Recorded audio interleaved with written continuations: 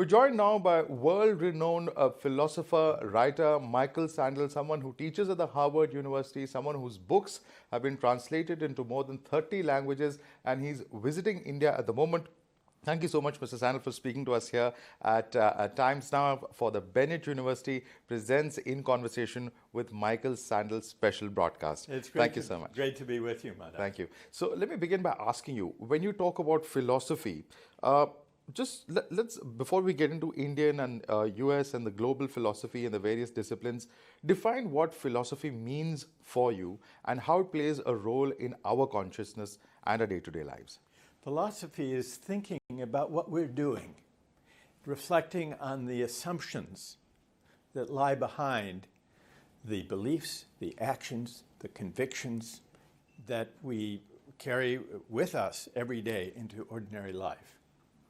Right, because in our global discussions that we see today, whether it's through the social media space, whether it's through various online spaces, we're talking about a situation where not everyone speaks the same language. Yeah. There is, of course, the role of local traditions, which are a hindrance, and the method of communication, it may be through email, through phone. All of this, at a level, we have cultures also that compartmentalize information and knowledge. How does this facilitate, or do we look at a free-flowing discussion in relation to philosophy and communication globally in this scenario, in your view? Well, the instruments of communication that are available to us, and they change over time and with new technologies, play an important role in shaping the kinds of discussions we can have, especially about big questions that matter, questions about values, debates about what makes for a just society. And part of the problem we have today is that the new communications technologies, and I'm thinking in particular of social media, are not very conducive to reflective, reasoned discussion, especially across differences about what we believe and care about and why. So in many ways, social media is antithetical to the kind of philosophy I think we need for a healthy democratic public discourse. So, there are those who say that, when there are laws, there are regulations that are proposed, they have some idea of good, what is possible to promote or preserve, or the end of the day, issues related to morality or what is desirable. Yeah. These are extremely subjective sort of positions. And in this sort of discourse, how do you see that aspect coming in? Because as you say, there is one side which is what many call a toxic fallout of social media, and the lack of depth. On the other hand, what is really desirable also becomes a very important question. Yes, social media arrived with the promise of bringing us closer together across the world, building community globally, enabling us to communicate with people half a world away. But rather than bringing us together, social media has driven us apart. And it's done so for a very particular reason. It's the business model. They want to keep us glued to our screens, scrolling and clicking. They call it engagement. It isn't true engagement. It's having our attention commandeered by the feeds. And the reason they want that is to gather our personal data to pitch us targeted ads. This is what makes social media toxic. So I don't think we're really going to have a healthier platform for public discourse until we challenge that business model. Right, and I want to bring you to your book, The Tyranny of Merit, where you've argued that to overcome the polarized politics of your time, which you just referred to, we must rethink the attitudes towards success and failure that accompany globalization and rising inequality. Can you elaborate a little more on this? Because, merit has been very central to a lot of things that a lot of debates, a lot of economic philosophies over the last several decades. Yeah. And many would say that is one of the basis of our economic system and the way that we function as individuals. Can you elaborate a little more? Yes. Yeah. The name of the book is The Tyranny of Merit, which seems paradoxical for just the reason that you identified, Madhav. Because Normally, we think of merit as a good thing. If I need surgery, I want a well-qualified surgeon to perform it. That's merit. If I fly in an airplane, I want a well-qualified pilot at the controls. So merit is a good thing. How can it become a kind of tyranny? Well, if we look over the past 4 decades, we see that the divide between winners and so-called losers has been deepening, poisoning our politics, setting us apart. This has partly to do, I think, with widening inequalities of income and wealth. But not only that. I think it has also to do with the changing attitudes towards success that have accompanied the widening inequalities. Those who've landed on top have come to believe that their success is their own doing, the measure of their merit, and that they therefore deserve the full bounty that the market bestows upon them, and by implication, that those who struggle, those left behind, must deserve their fate too. So what this version of market-driven meritocracy has produced is a kind of hubris among the winners, the tendency of the successful to inhale too deeply of their own success, to forget the luck and good fortune that helped them on their way, to forget their indebtedness to those who made their achievements possible, from families to neighborhoods to communities to the country and times in which we live. So it's that aspect of meritocracy, the hubristic tendency of the successful, and the tendency to look down on those who struggle.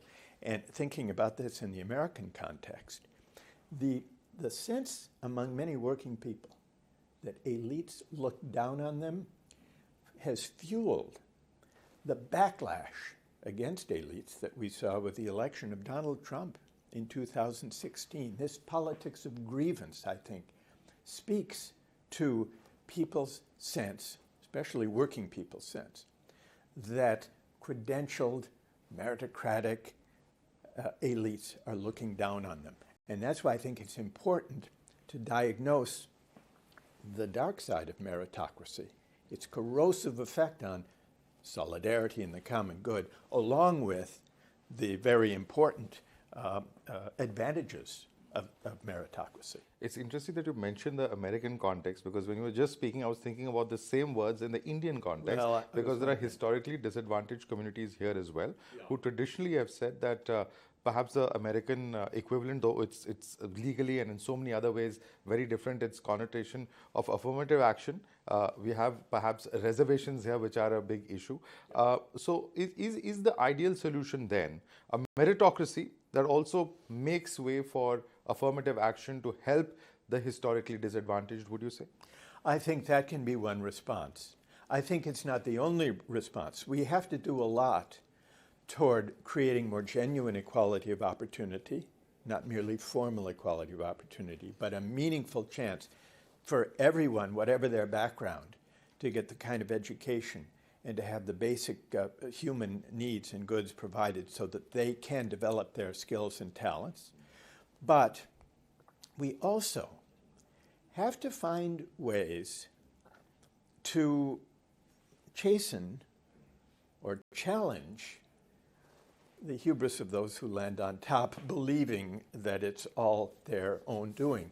In practice, politically, this means we have to put, I think, greater emphasis on the dignity of work. We need to find ways, because it's not only a matter of income and wealth, this divide.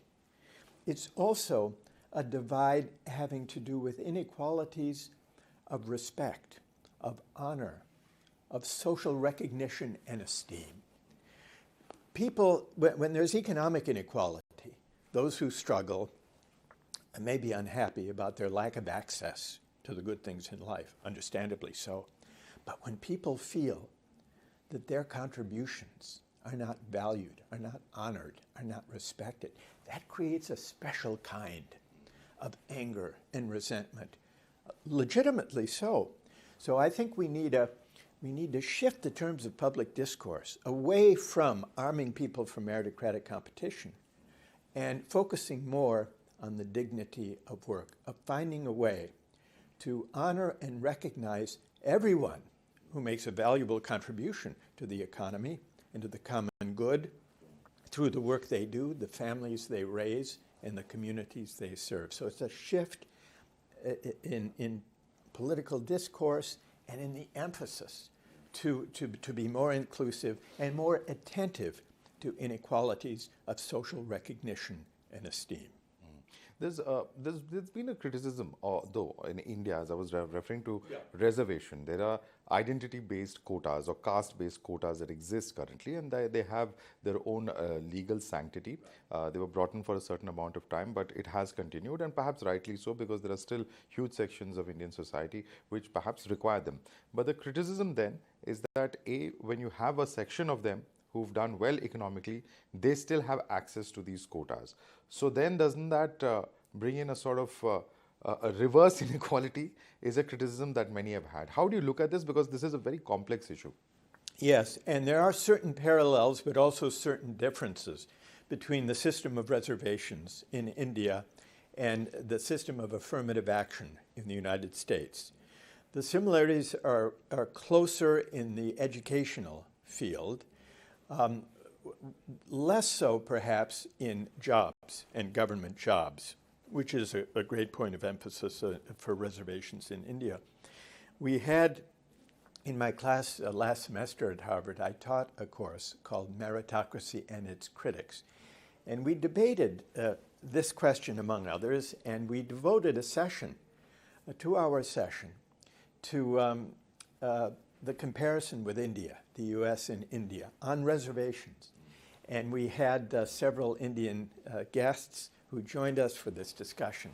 And it was fascinating to see the similarities and differences. I don't think that we can afford to give up entirely on affirmative action and reservations, though, as you know, the United States Supreme Court struck down the use of race-based affirmative action for universities. In fact, the case that was brought against my university, against Harvard, and the Supreme Court struck it down. I disagree with that court decision. I think that universities should be able to consider a range of considerations, including race, ethnicity, identity, as well as economic class. And you raise an important point that sometimes these may point in different directions. And I think, one of the criticisms I have, I'll make it vis-a-vis the American system, which I am a bit more confident of. I think one of the mistakes we've made, and by we I mean higher education in the United States, universities like mine, is while we've focused, I think rightly, on affirmative action based on race and ethnicity for groups that have been disadvantaged historically, I think we have not paid enough attention to class-based inequalities in our admissions policies. And so I'm hoping, though I disagree with the Supreme Court opinion, I'm hoping that we can give greater attention to disadvantages that flow from class inequalities. There are genocides. In all of this, we end up seeing that there's a global solidarity missing, and also there's a very, very important role which we were discussing earlier of not just social media but also divides and a lack of ability. I mean, we've seen the Indian Prime Minister say that it's not a time of war, but the point is that evolving a global consensus perhaps appears to be more challenging today than ever before on all of these contentious issues. How do you look at that? It does. There was a time during the Cold War when it seemed much simpler. There were two blocs. They were in a kind of geopolitical contest, and there were countries who chose sides, and some who straddled the two sides. And then came the end of the Cold War. And at the end of the Cold War, there was it was a triumphalist moment. This is back to the hubris we were talking about earlier in connection to meritocracy. It was, I think, a hubristic moment for liberal democratic capitalist countries who said, the Cold War is over, we won, liberal capitalism, democratic capitalism is the only system left standing, we know what it is. All countries should adopt it. The sooner the better. There is one way to do capitalism, one way to do democracy. This turned out to be, it seemed for a time that this would be the new consensus. Some even called it the end of history. But that was a misreading of the moment, because it assumed that there is only one version of capitalism. And it's the capitalism that prevailed over 4 decades of, since then, which essentially began with Reagan and Thatcher, but continued even under center-left governments who replaced them. Deregulation, the financialization of economies. And it turned out that this version of market-driven, finance-driven globalization did not turn out to make everybody better off. It created winners and losers, but it also created growing inequalities, which gets back to the divide and the polarization that we were talking about earlier. So now, add to this the wars that we have, including Putin's invasion of Ukraine. And it seems that that heady moment of consensus, it was a self-satisfied moment as well, has disappeared and been displaced by, it seems, a return to old-fashioned power politics, even a revival of the Cold War.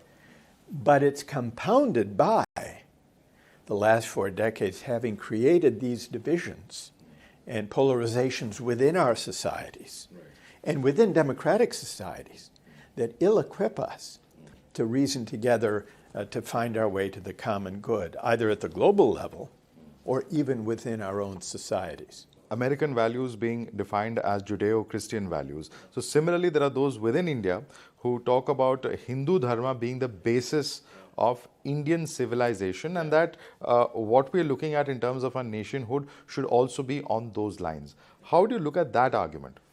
Well, I worry about it. I worry about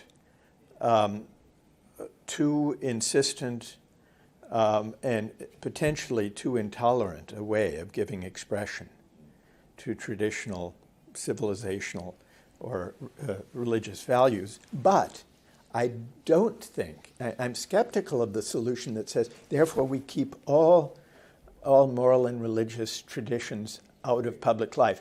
Here's why I'm skeptical of that alternative.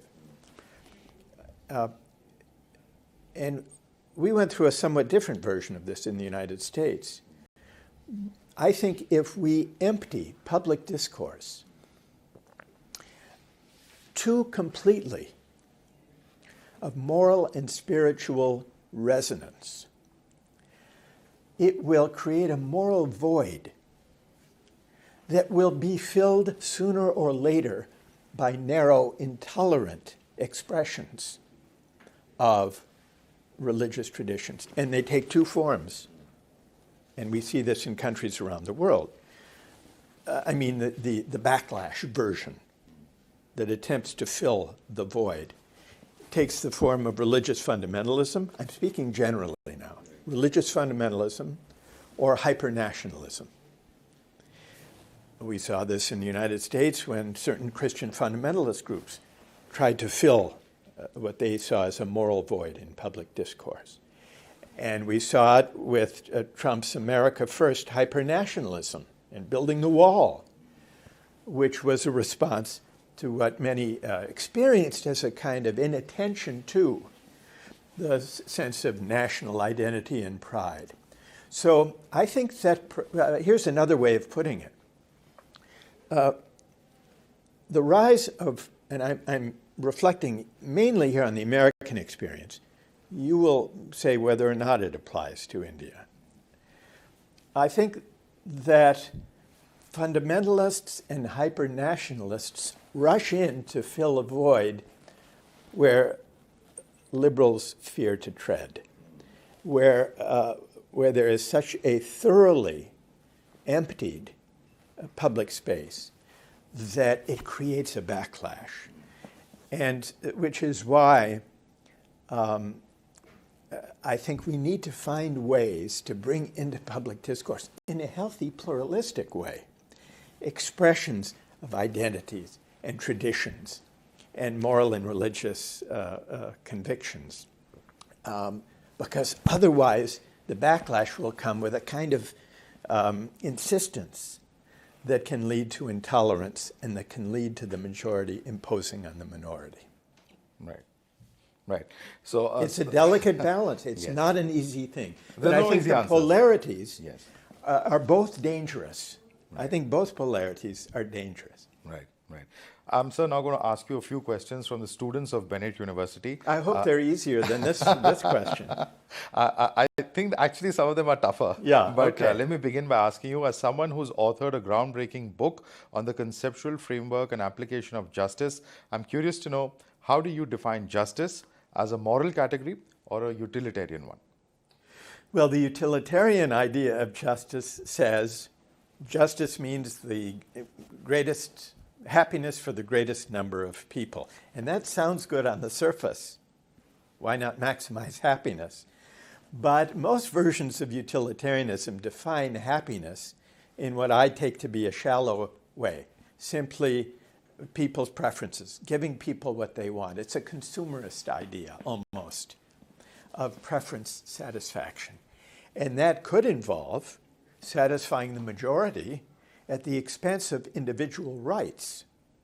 So if the majority abhors a minority religion and wants it banned, or wants to ban the visible expressions, then on utilitarian grounds, greatest happiness for the greatest number of people, it would be hard to make the case for respecting minority rights. So I'm not a utilitarian, and I don't think utilitarianism offers an adequate account of justice.